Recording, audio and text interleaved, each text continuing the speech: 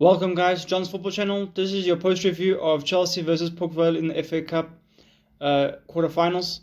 We have done it. It's quite a relief knowing that I think most Chelsea fans thought it would be a difficult game. Going into this game, we thought that we might have problems of our own in terms of the Enzo situation, Liam Rossini's situation among the teammates. Are they still a community? Are they still a group that fight for each other? It looked like that way today. It looked like they were together in coherence with each other in order to get the results. But I think also partially with this 7-0, it could show one of two ways. It could show either it's just a coincidence that we'll end up keeping the players. It's not like we kept Palmer on or certain big players on to prove a point or anything. I mean, we did take these players off at some point. But I think maybe it's a good. Maybe Liam Rossini was more inclined to tell the players that they should ramp up the score line, that the fans can be a bit more excited, a bit more happy, less more worried, so that they can blow over this rumors and this bad news that's been at us now with this Enzo situation, and whether the club is moving in the right direction, going into the end of this season, trying to get us Champions League. It was a quite interesting thing as well to see Man City absolutely smashed Liverpool 4-0. It was a very, very shocking result. I did mention in my preview that I did see Man City winning, but I did not expect them to win like this. Completely one-sided game, just like ours. But obviously, we had the easier team, Vale.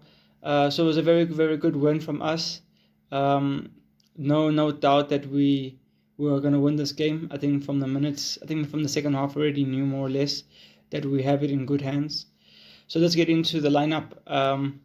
So obviously, the players we had, the people for us, we had Sanchez in goal, Gusto, Fofana, Tosin, Hato, Lavia, Santos, Neto, Palmer, Estevao, and João Pedro.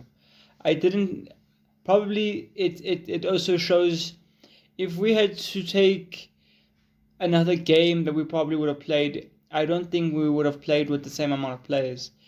For the likes of, I mean, if you look at the team, this is a very, very strong team. If you look at Hato, we are probably, if Cucurella was there, then maybe this would be a fully fledged squad. Hato and Tosin coming off, and maybe if we had a likes of another centre back.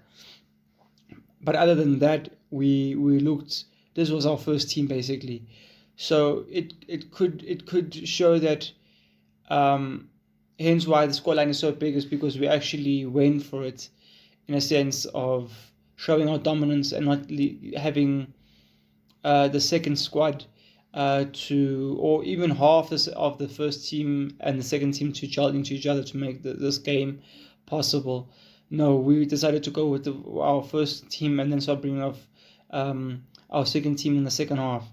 So maybe it shows, it could possibly show that, hence why we went with such a big scoreline. But yeah, it was a very good game from us in a sense, like it should have been. I think Estevao, Palmer with linking up quite well, even Neto and Santos with the assist. So it was very, very good from them. The way we dominated this game. But I think maybe it's not also necessarily the dominance that's the thing. I think it's also a case of I think we clearly showed that we wanted to win this game from the get-go, and I think that's where our mentality was. I don't even. Obviously, I think that's probably the decision of the team. Maybe, and we'll see. We'll see if this continues into Man City and so on. I don't know. Maybe I was even thinking about this after I made the preview, thinking that maybe the team would actually just want to win a trophy, and not give a damn basically about the Champions League, because they know there probably won't be a next season. Some players.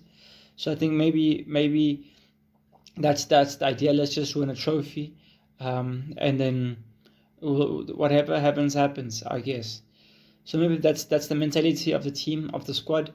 But yeah, apart from that, I think we did quite well in terms of putting the pressure on from minute one, especially when we got the first goal.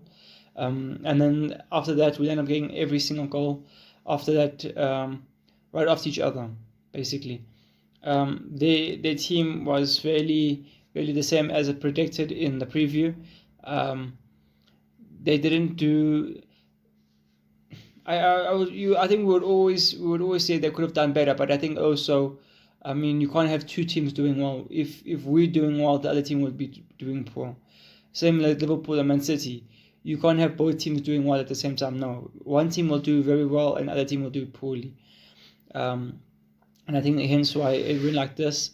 I think had it been another game, had we played probably one or two youngsters or our second squad, the game would have probably been a bit different. It would have made it a bit more difficult for us. But luckily that wasn't the case. Luckily we went with a fully fledged squad to get this win.